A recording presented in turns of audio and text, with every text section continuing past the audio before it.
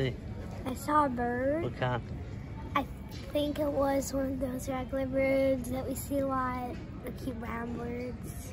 I think it might be like a finch or something. And his feet are like that and that. And that's how birds' feet are, because this side is a claw and a claw and a claw to help them walk. How did he get in here? I think there may have been an opening when someone walked in through the front door. He may have flown in and now we can't find his way out. He may die soon if he does not get water and food. Well, I mean, he got water and food in here. Lots of food. It's not enough. Give him a little cup of water. Okay.